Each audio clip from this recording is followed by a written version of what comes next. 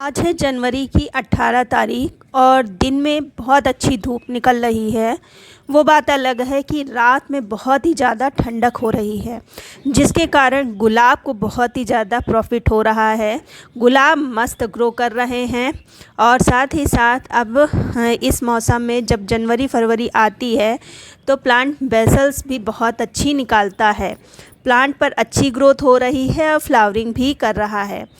जब प्लांट एक बार फ्लावरिंग कर लेता है और उसको कट करने के बाद प्लांट की मिट्टी को रिचार्ज करना पड़ता है, तो वही आज मैं इन पे खाद पानी दूंगी। लेकिन उसके पहले अगर आपके प्लांट में ग्रोथ नहीं हो रही है, फ्लावरिंग इक्का दुक्का ही हो रही है, तो कुछ बातें इनके बारे में आपको जान लेना ज़रूरी है। जैसे कि ये मेरा देखिए प्लांट ऑरेंज कलर का है और कम से कम इस समय आपको 10-12 फ्लावर तो दिख ही रहे होंगे, इससे ज़्यादा ही होंगे, लेकिन 10-12 फ्लावर अभी हैं। कुछ फ्लावर मैं कट भी कर चुकी हूँ।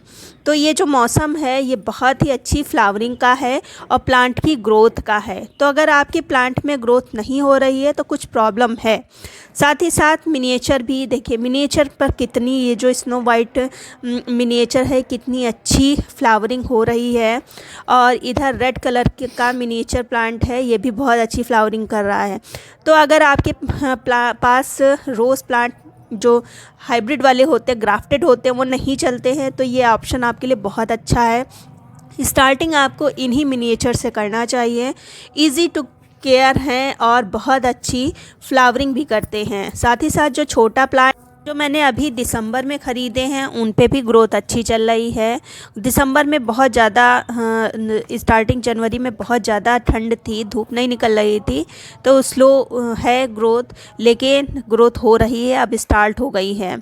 तो सबसे पहली बात, अगर आप प्लांट सोच रहे हैं लाने के लिए तो ये जो टाइम है ये बहुत अच्छा है। अच्छा इसलिए है कि जब भी आप प्लांट लाएंगे तो उस पर फ्लावर ज़रूर लगे होंगे, जिससे आपको पता चल जाएगा कि ये कौन से मतलब फ्लावर का प्लांट है। क्योंकि लास्ट ईयर मैंने 3 प्लांट एक ही कलर के मैंने बाय कर लिए।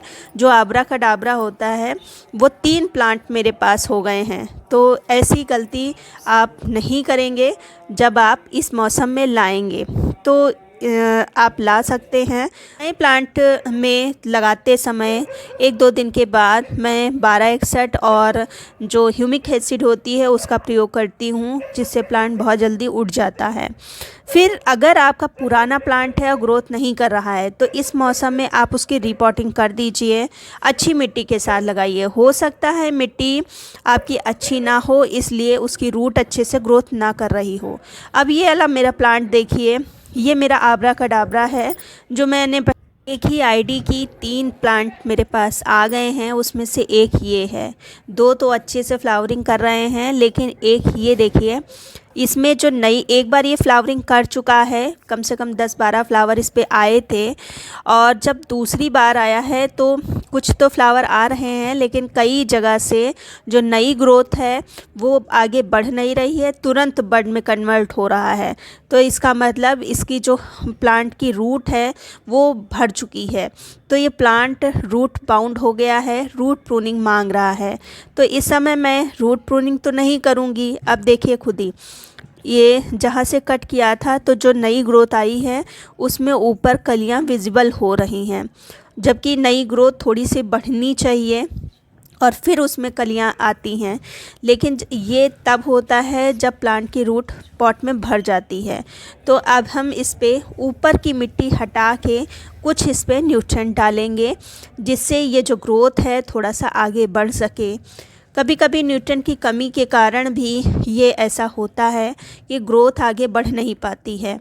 सबसे ज़्यादा ज़रूरी बात कि पिछले वाले रोज़ के प्लांट के वीडियो पर ये आब्रा के डाबरा के बारे में कुछ लोग पूछ रहे थे, तो एक बात मैं बता दूं कि ये प्लांट बहुत ही इजी टू केयर है, बहुत आसानी से चलने वाला प्लांट है, बहुत ज़्यादा नखरेला टाइप का नहीं है। अगर आप कम केयर कर पाते हैं तब आप इसको लगा सकते हैं, आपको मिल जाएंगे फ्लावर, बहुत ज़्यादा तो नहीं, हाँ 10-12 फ्लावर आसानी से मिल जाएंगे। तो देखिए फ्लावर अभी भी भी खिले हैं, लेकिन फ्लावर का साइज़ छोटा है। तो इसका मेन कारण है कि इसको फर्टिलाइज़र नहीं मिल पा रही है, इसके कारण ऐसा हो रहा है। कलियाँ वलियाँ आ रही हैं, तो अब मैं इस पे काम करूँगी। तो सबसे पहले तो देखिए हम आधी मिट्टी लगभग 1-2 इंच तक हम निकाल देंगे इस तरह से। और रूट देखिए, रूट भरी है, ये देखिए कट रही है, शायद आपको दिख रही होगी। ये देखिए रूट की ग्रोथ बहुत अच्छी हुई है, लेकिन बस ऊपर इसका रिज़ल्ट नहीं आया है। इसी के कारण अब फर्टिलाइज़र नहीं इस पे पड़ा हुआ है, इसलिए ऐसा हो रहा है। हालांकि लिक्विड मैं देती रही हूँ, जो लिक्विड है, जो केमिकल है 13-40-13, ये इसका प्रयोग मैंने किया है, लेकिन लिक्विड जो होता है मिट्टी में ज़्यादा असर नहीं दिखाता है, क्योंकि लिक्विड तुरंत निकल जाता है। तो इसलिए आपको 2-3 महीने में मिट्टी को रिचार्ज करना ही पड़ता है, अगर मिट्टी में आपका प्लांट लगा है तो इस तरह से हम लगभग 1-2 इंच तक मिट्टी निकाल देंगे। और देखिए रूट देखिए कितनी ज़बरदस्त ग्रोथ हुई है रूट की। तो ये मैंने आधी निकाल दी है और रूट्स दिख रही हैं ऊपर की कटी हुई हैं, तो इससे कोई फ़र्क नहीं पड़ता प्लांट को। तो अब हम इस पे कुछ फर्टिलाइज़र देंगे। और देखिए सबसे पहले तो देखिए जो बेसिक फर्टिलाइज़र होती है नाइट्रोजन, उसका प्रयोग करेंगे। लगभग 100 ग्राम के करीब मैंने ये वर्मी कंपोस्ट लिया है। वर्मी कंपोस्ट की जगह आप काऊ डंग को भी ले सकते हैं। काऊ डंग गुलाब के लिए बहुत अच्छा होता है, मेरे पास वो नहीं है, इसलिए वर्मी कंपोस्ट मैंने लिया है और लगभग 100 ग्राम के करीब होगा। फिर जो दूसरी चीज़ ली है ये है एप्सम साल्ट। सब चीज़ मैंने अंदाज से ली है, 2 चम्मच भर के होगा और 1-1.5 साल पुराना ये मेरा प्लांट है। फिर तीसरी चीज़ जो मैंने ली है, ये भी बहुत ज़रूरी है गुलाब के प्लांट के लिए। एप्सम साल्ट तो आप जानते ही हैं कैसे क्या काम करता है, फोटोसिंथेसिस की क्रिया को बढ़ा देता है, रूट को बहुत अच्छा करता है। तीसरी चीज़ जो ली है ये है सीवीड, जो ऑर्गेनिक सीवीड होता है उसको मैंने लिया है। और जो चौथी चीज़ है, जो बोन मील होती है, जो कैल्शियम का मुख्य स्रोत होती है, गुलाब को ज़्यादा पसंद होता है, उसको लिया है। सभी बस मैंने सीवीड 1 चम्मच ली है और एप्सम साल्ट और बोन मील 2-2 चम्मच मैंने लिया है। फिर अब चाहिए सबसे ख़ास बात फास्फोरस, तो उसके लिए डीएपी ले सकते हैं, लेकिन डीएपी इस समय मेरे ख्याल से अच्छी मिल नहीं रही है। मेरे पास जो डीएपी है वो अच्छा काम नहीं कर रही है, तो उसकी जगह पर हमने लिया है जो रॉक फॉस्फेट होता है, उसको ग्रेन्यूल्स फॉर्म में थे, इसको मैंने पीस लिया है, हल्का सा दरदरा कर दिया है। तो इसको मैंने थोड़ा ज़्यादा लिया है, 3 चम्मच लिया है। और फास्फोरस प्लांट के लिए बहुत ही ज़्यादा ज़रूरी होता है, तो इसको हम अपने प्लांट में देंगे। और ये प्लांट की रीपॉटिंग मैंने बरसात में की थी, लगभग मैंने सितंबर के करीब की थी, और मिट्टी में न्यूट्रिएंट मिलाया था, ये ठोस फर्टिलाइज़र मिलाया था। उसके बाद मैं अब ये फर्टिलाइज़र देने जा रही हूँ। जब एक बार प्लांट फ्लावरिंग कर लेता है, उसके बाद इस तरह का ठोस फर्टिलाइज़र प्लांट के लिए ज़रूरी होता है जब आप प्लांट मिट्टी में लगाते हैं।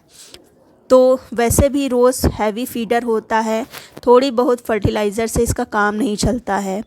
तो इसको लगाने के बाद, इसको डालने के बाद वही मिट्टी मैं डाल रही हूँ, क्योंकि मैंने मिट्टी अभी बदली थी। तो ये मिट्टी हम फिर से कवर कर देंगे इस तरह से। और ऊपर पानी शावरिंग करते हुए हम खूब अच्छे से पानी जड़ों में दे देंगे, जिससे पानी की कमी ना रहे। और इस समय धूप निकल रही है, तो आप अच्छी खासी मात्रा में पानी दे भी सकते हैं। इस तरह से हम पत्तों पर शावरिंग कर देंगे। वैसे भी शावरिंग मैंने सुबह की थी, और गुलाब के प्लांट के लिए शावरिंग बहुत ज़रूरी भी होती है। आपको इस समय धूप अच्छी निकल रही है, तो कम से कम 2 बार गुलाब के प्लांट पर शावरिंग करनी चाहिए। मिट्टी में कम पानी दीजिए। मिट्टी जब आपको सूखी लग रही है तभी पानी दीजिए, लेकिन पत्तों पर शावरिंग करते रहिए। आपका प्लांट खूब अच्छे से हेल्दी होगा। तो जो प्लांट ग्रोथ नहीं कर रहा है तो उस पर ये काम कर सकते हैं आप।